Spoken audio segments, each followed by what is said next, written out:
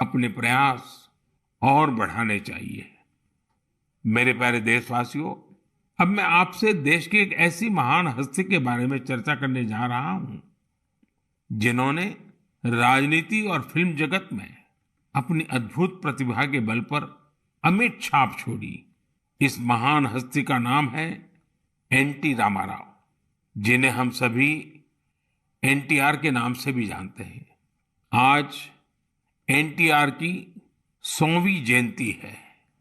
अपनी बहुमुखी प्रतिभा के बल पर वो न सिर्फ तेलुगु सिनेमा के महानायक बने, बल्कि उन्होंने करोड़ों लोगों का दिल भी जीता। क्या आपको मालूम है कि उन्होंने 300 से अधिक फिल्मों में काम किया था? उन्होंने कई ऐतिहासिक पात्रों को अपने अभिनय के दम पर फिर से जीवंत कर दिया था। भगवान कृष्ण, राम और ऐसी कई अन्य भूमिकाओं में एनटीआर की एक्टिंग को लोगों ने इतना पसंद किया कि लोग उन्हें आज भी याद करते हैं। एनटीआर ने सिनेमा जगत के साथ साथ राजनीति में भी अपनी अलग पहचान बनाई थी। यहां भी उन्हें लोगों का भरपूर प्यार और आशीर्वाद मिला।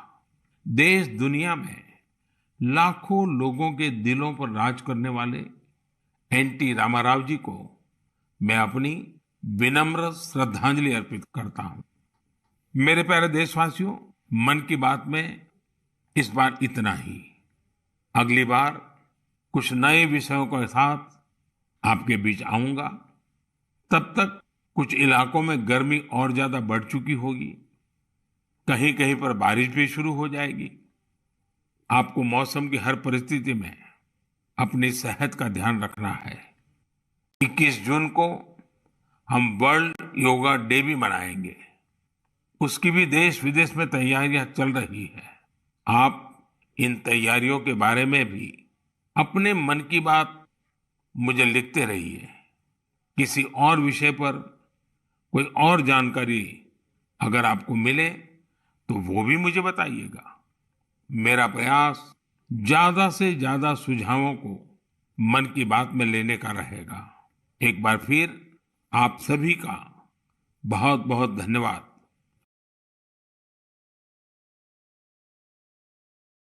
आज 28 मई को महान स्वतंत्रता सेनानी वीर सावरकर जी की जयंती है। उनके त्याग, साहस और संकल्प शक्ति से जुड़ी गाथाएं आज भी हम सबको प्रेरित करती हैं।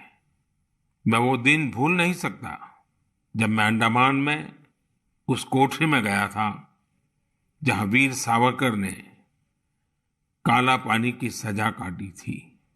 वीर सावरकर का व्यक्तित्व दृढ़ता और विशालता से समाहित था। उनके निर्भीक और स्वाभिमानी स्वभाव को गुलामी की मानसिकता बिल्कुल भी रास नहीं आती थी। स्वतंत्रता आंदोलन ही नहीं, सामाजिक समानता और सामाजिक न्याय के लिए भी वीर सावरकर ने जितना कुछ किया उसे आज भी याद किया जाता है। साथियों, कुछ दिन बाद 4 जून को संत कबीरदास जी की भी जयंती है। कबीरदास जी ने जो मार्ग हमें दिखाया है वो आज भी उतना ही प्रासंगिक है। कबीरदास जी कहते थे, कबीरा कुआं एक है पानी भरे अनेक, बर्तन में ही भेद हैं पानी सब में एक। यानी कुएं पर भले भिन्न भिन्न तरह के लोग पानी भरने आए, लेकिन कुआं किसी में भेद नहीं करता। पानी तो सभी बर्तनों में एक ही होता है।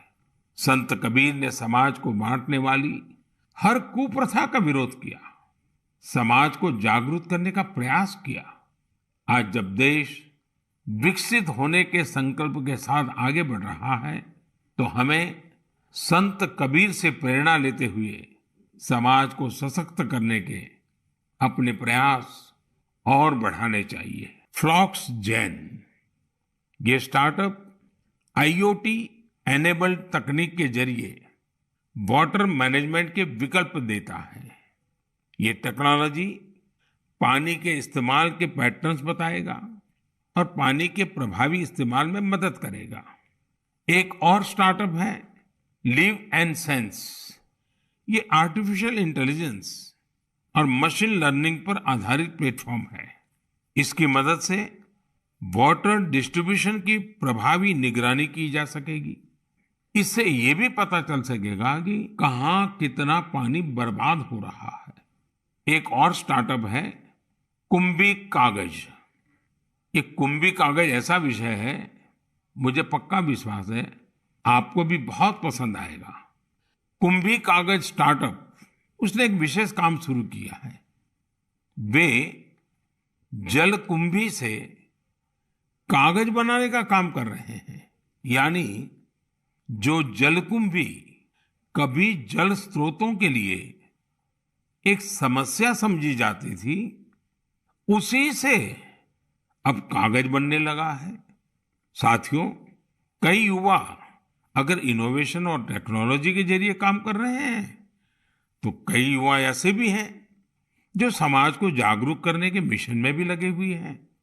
जैसे कि छत्तीसगढ़ में बालोद जिले के युवा हैं।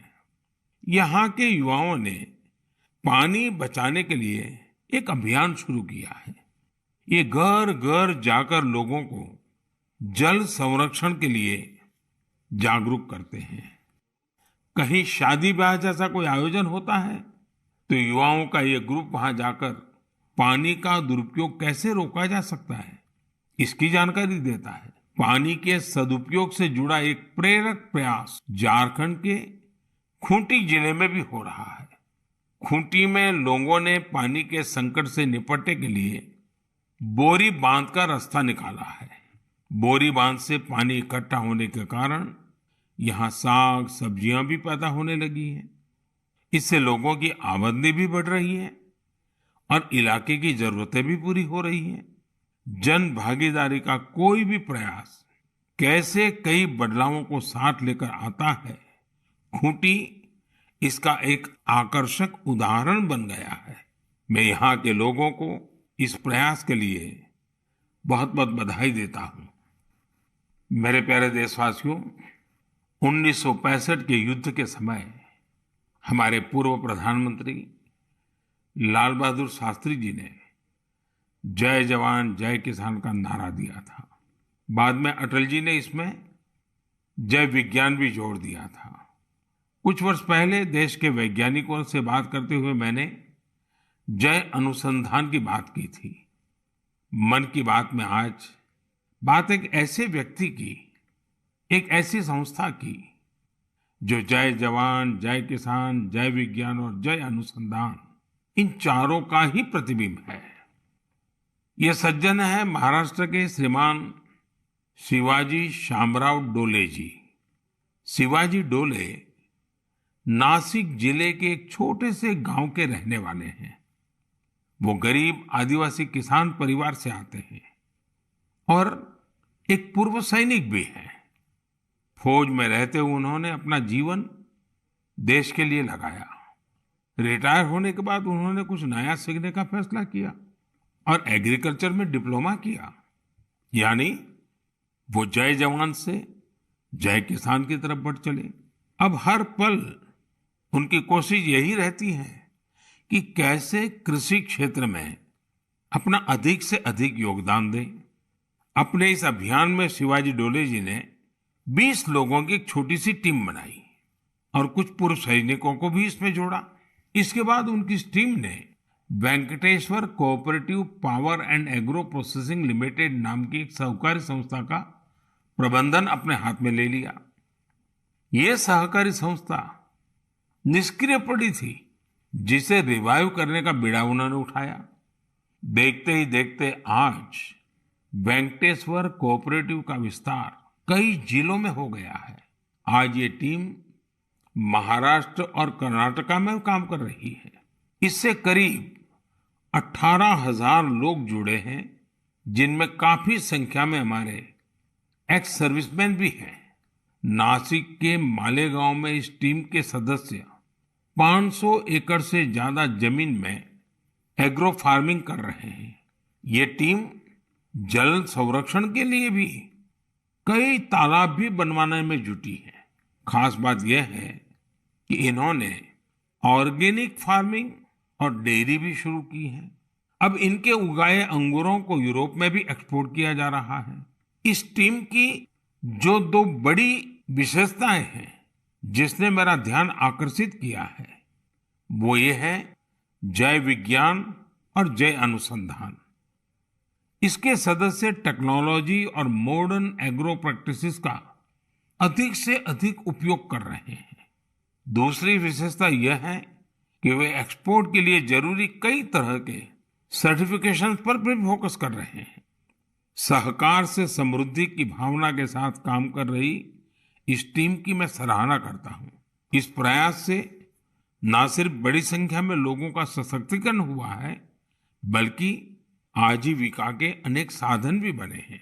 मुझे उम्मीद है कि यह प्रयास मन की बात के हर श्रोता को प्रेरित करेगा।